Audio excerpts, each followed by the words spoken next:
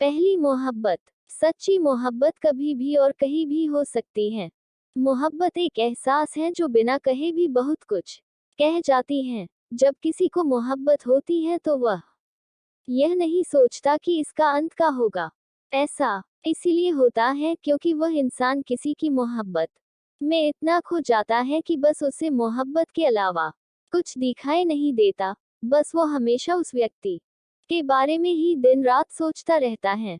एक लड़का था, वो एक लड़की से बहुत मोहब्बत करता था। वो उस लड़की के लिए कुछ भी करने को तैयार था। लेकिन दिक्कत ये थी कि लड़का बहुत गरीब घर से था, जबकि लड़की बहुत अमीर थी। और दूसरी दिक्कत यह थी कि लड़का अलग कास्ट का था, जिस वजह से दोनों की मोहब्बत में बहुत कठिनाई आ रही थी। वो लड़का उस लड़की से अक्सर पूछता कि तुम मेरे से शादी करोगी। लड़की जवाब देती है, मैं तुमसे ही शादी करना चाहती हूँ, पर मेरे घर वाले इस शादी के लिए कभी राजी नहीं होंगे और मैं भागकर शादी बिल्कुल भी नहीं करूंगी।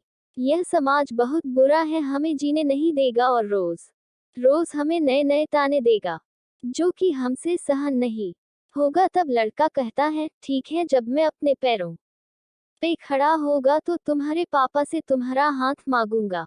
लड़की हंसते हुए कहती है, शादी में क्या रखा है?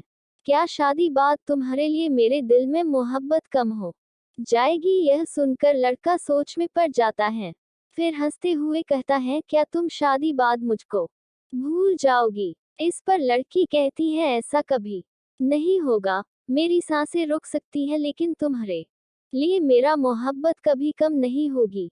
फिर धीरे धीरे वक्त बीतता गया और लड़की के घर वाले उसके लिए लड़का देखने लगे। जब लड़के को यह बात पता चली तो वह पागल सा हो गया। वह जिससे वह बहुत मोहब्बत करता था, उस लड़की के लिए अपने दिल में नफरत भर लिया।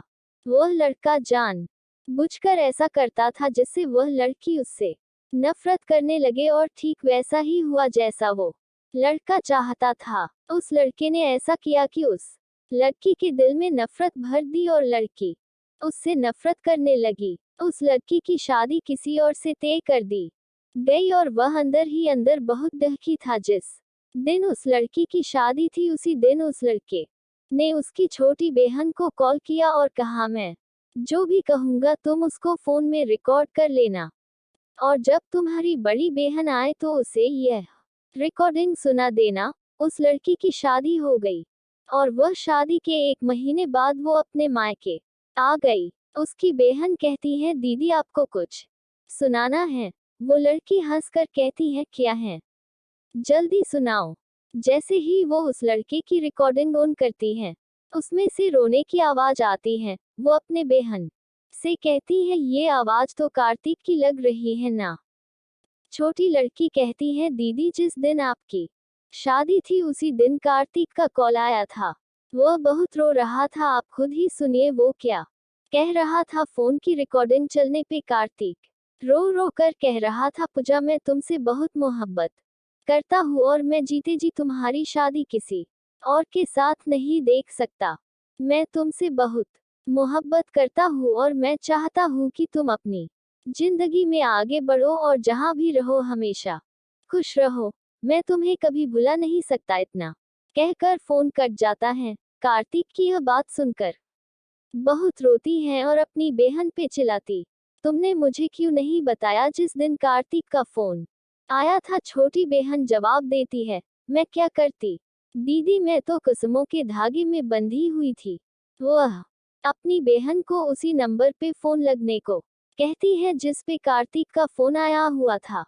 छोटी बहन पूछती है, क्यों दीदी? वो अपने बहन को जोर से डांट देती है। छोटी बहन कार्तिक को फोन लगती है। दूसरी तरफ फोन उठता है। हेलो हेलो आंटी जी, कार्तिक कहाँ है? कार्तिक की माँ रोने लगती है और कहती है कि अब कार्तिक इस दुनिया में नहीं रहा। वो यह सब सुनकर चौंक जाती है और पूछती है, यह कब हुआ और कैसे हुआ? पता नहीं कैसे कार्तिक ने अपने आप को जिंदगी से दूर कर लिया, कसम खा ली कि किसी से भी शादी नहीं करेगा। छोटी बहन, आंटी कब की बात है? कार्तिक की माँ ने कहा, यह 19 मार्च की बात है बेटा। यह सब सुनकर वो लड़की फोन काट देती है। वो सारी बात अपनी बड़ी बहन को बता देती हैं और कहती है मैंने कार्तिक की बातों पे भरोसा क्यों नहीं किया। मेरा कार्तिक आज मेरे से दूर नहीं होता। अगर मैं उसके बातों पे भरोसा कर लेती तो